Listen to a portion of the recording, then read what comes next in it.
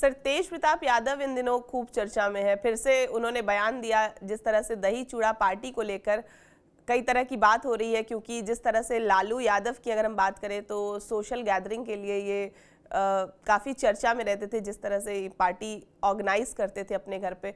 और तेज प्रताप ने कहा कि जनशक्ति जनता दल की तरफ से 14 जनवरी को उन्होंने भोज का आयोजन किया है और इसमें निमंत्रण कार्ड कई लोगों को दे रहे हैं। नीतीश कुमार को भी उन्होंने न्योता दिया, इसके बाद गवर्नर साहब को भी उन्होंने निमंत्रण दिया, डिप्टी सीएम को भी उन्होंने कहा कि कार्ड दिया जाएगा, और साथ ही उन्होंने तेजस्वी यादव को भी निमंत्रण दिया है। इसके बाद कई तरह की चर्चाएं हो रही है। नहीं, तेज प्रताप यादव जी लालू प्रसाद जी के भी तो बड़े बेटे हैं, तो राजनीति तो वहीं से सीखे होंगे। और ये 14 जनवरी मकर संक्रांति बिहार में सांस्कृतिक मेल जोल का तो एक त्योहार है ही, राजनीतिक मेल जोल का भी एक त्योहार देखा गया है कि इसमें कई राजनीतिक पार्टी के लोग एक दूसरे के नजदीक आते हैं और कुछ नए समीकरण बन जाते हैं। तो तेज प्रताप जी इस चूड़ा दही के बहाने, चूंकि तेज प्रताप जी को पार्टी से भी और परिवार से भी दोनों जगह से किनारे कर दिया गया है। अभी कुछ दिन पहले राबड़ी देवी जी के जन्मदिन पर वो तेज प्रताप गए थे घर पर, वहां से उनकी मुलाकातें हुई थी, बातें हुई थी। परिवार में कौन व्यक्ति चाहेगा कि हम परिवार के साथ दूरी बना करके रखें? तेज प्रताप जी की एक बड़ी पहचान तो है ही ना कि वो लालू प्रसाद जी और राबड़ी देवी के बड़े पुत्र हैं।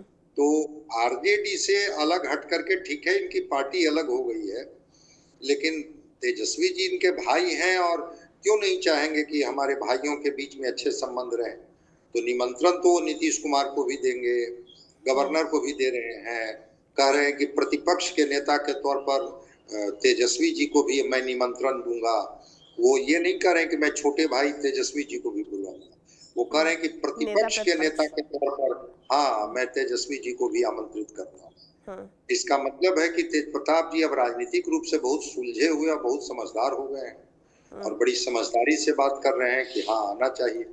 तो सांस्कृतिक पर्व में आध्यात्मिक जो ये होता है पर्व है, जिसमें माना जाता है कि भगवान इसी समय निद्रा से जगते हैं और सारे शुभ कार्य की शुरुआत होती है।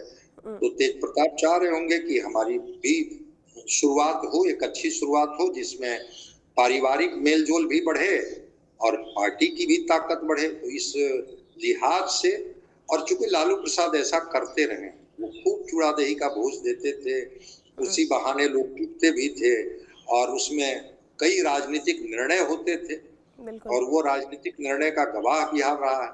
तो तेज प्रताप जी फिर शक्ति जनता दल जो उन्होंने पार्टी बनाई है, इसकी वजह से एक सामाजिक मेलजोल तो वो चाहते ही हैं, एक राजनीतिक संभावनाओं की तरफ भी वो देख रहे होंगे, वहां भी उनका निशाना होगा। इस वजह से उन्होंने सबको आमंत्रित किया है और तेजस्वी जी को भी बुलाया है कि भाई वो नेता प्रतिपक्ष हैं तो मैं सबको आमंत्रित करूंगा, उनको क्यों नहीं आमंत्रित करूंगा, तो उनको भी बुलाया जा रहा है। इसके पीछे मैं मानता हूं कि बड़ी सोची समझी और पिता से सीखी हुई जो राजनीतिक विरासत है उसी की एक कड़ी है, जिसमें वो चूड़ा दही भोज के बहाने एक सामाजिक और राजनीतिक दोनों मेलजोल की बात वो कर रहे हैं। बिल्कुल, खरमास के बाद बिहार में वैसे भी बहुत कुछ बदलता है।